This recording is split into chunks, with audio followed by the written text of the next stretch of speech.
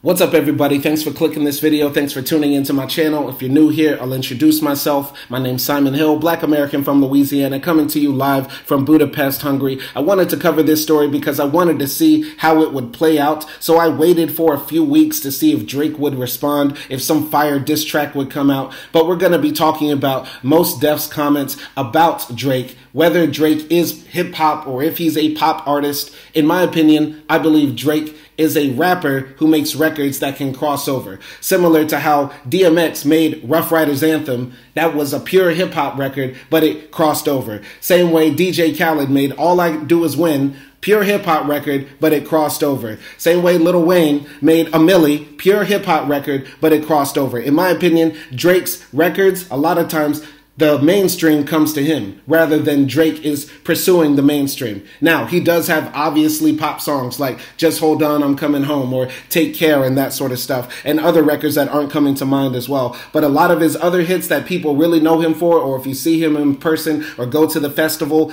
he's performing those deep album cuts or those songs that the fans have said that we really want to hear. And those are the ones that oftentimes get a lot of spins on YouTube, SoundCloud, Spotify, and that sort of stuff. I do have my reservations about Drake because Drake can never be in my top 10 MCs of all time, because once you are exposed for having ghostwriters, as blatantly as Drake has been, you automatically are disqualified. Yes, there are rappers who have had ghostwriters like Eazy-E, like Dr. Dre, like Puffy, but we don't look at those guys like the gods. We look at Jay, Nas, Biggie, Tupac, Eminem as the gods, because we so far have not heard anybody say that, you know, Eminem's verses were penned by somebody else. Neither were Jay's, neither were Nas's, neither were Pac's, and Drake cannot be in that category. That is the number one rule of hip hop. That's the only thing that separates hip hop from being pop. So is Drake pop because somebody else writes his lyrics like somebody else writes Beyonce songs? If you say that, then yes.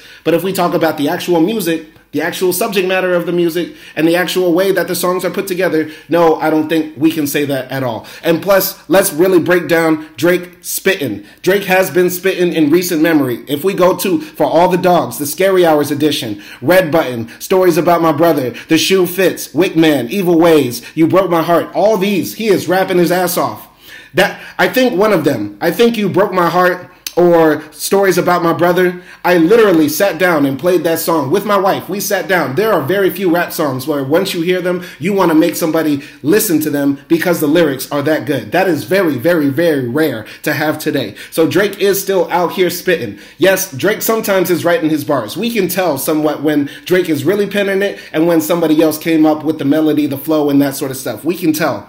But I really think Mos Def's comments about Drake being pop don't come from him being some hip-hop purist or somebody trying to preserve the essence of hip-hop. I don't think that's where it's coming from. I really think Mos Def is not getting the recognition he deserved for being one of the very first rappers to sing on record. And let's break this down. Every rapper, if you become a respected MC or somebody that people actually want to hear your lyrics for, you want to be the best. And Mos Def is widely regarded as one of the best that ever did it. Nobody's taken that away from him. Black on Both Sides is one of my favorite albums, and that's what I'm going to be quoting from here today. Because if we look on Black on Both Sides, what is Mos Def doing on at least a few of these songs? Like Love, like Umi Says, like Climb. He is singing. He is singing for a good portion of those songs, if not all of those songs. And you would be a fool to think that Drake was not influenced by Mos Def's ability to be a top-notch MC while at the same time being a pretty good harmonizer and singer on these records like on Black on Both Sides. But nowadays, when we think about who is that person that bridged the gap between R&B and hip-hop, or who was the person that was really singing on wax, if you really know hip-hop, you're going to point to somebody like Zero. You might even reference 50 Cent. You might even, reference Snoop Dogg to some degree. But you also got to mention Mos Def as one of those rappers who was the first to start singing on record. And this is where I think some of the bitterness comes from. Mos Def knew he had a special ability. Mos Def was like the golden child. Talib is ill, but in Reflection Eternal, we know, no, not in Reflection Eternal, in Black Star, pardon. In Black Star, we knew that, Mos Def was like Andre 3000. Before there was an Andre 3000, there was Mos Def. Let's keep it absolutely real. Let's keep it absolutely real. Mos Def was Andre before Andre. Let's keep it absolutely real, because Andre really started to get lauded and looked at as like the savior after like Stankonia. That's really when people started looking at Andre like that. Before then, people were looking at Andre sort of as like the weird guy. They were looking at him as like the weird guy.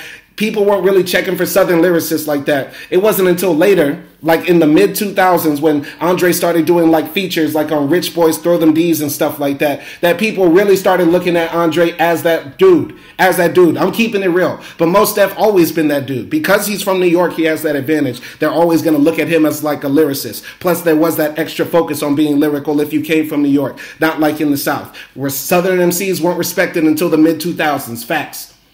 Bun B, Andre 3000, and Lil Wayne broke down the door for Southern lyricists.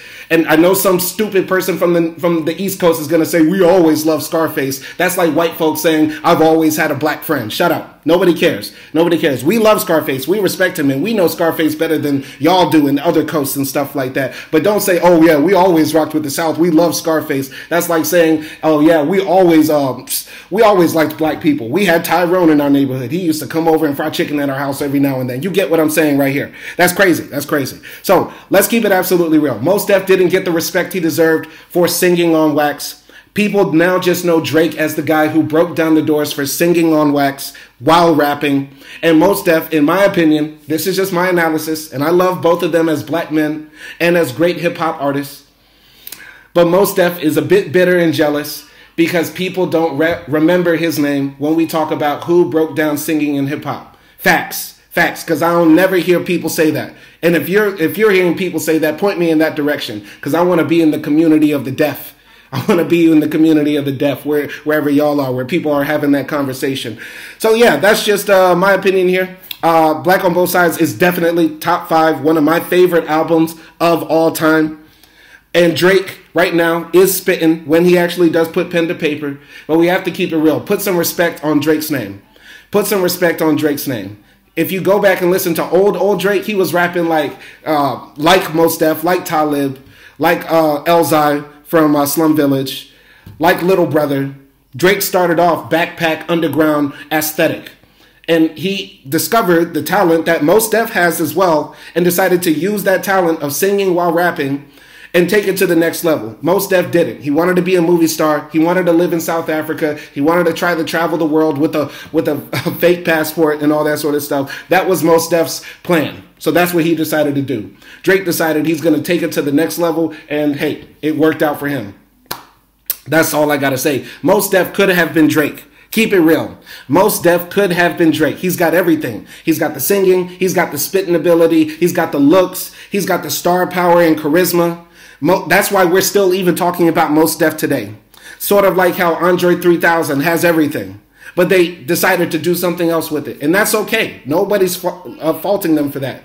But we got to give it up for somebody who took what you had, Mos Def. You were the first person with it, and you didn't take it to the hole. You just passed up on the rock. Let's keep it real. But that's just my opinion. Let me know what y'all think in the comments. My name's Simon Hill. Peace.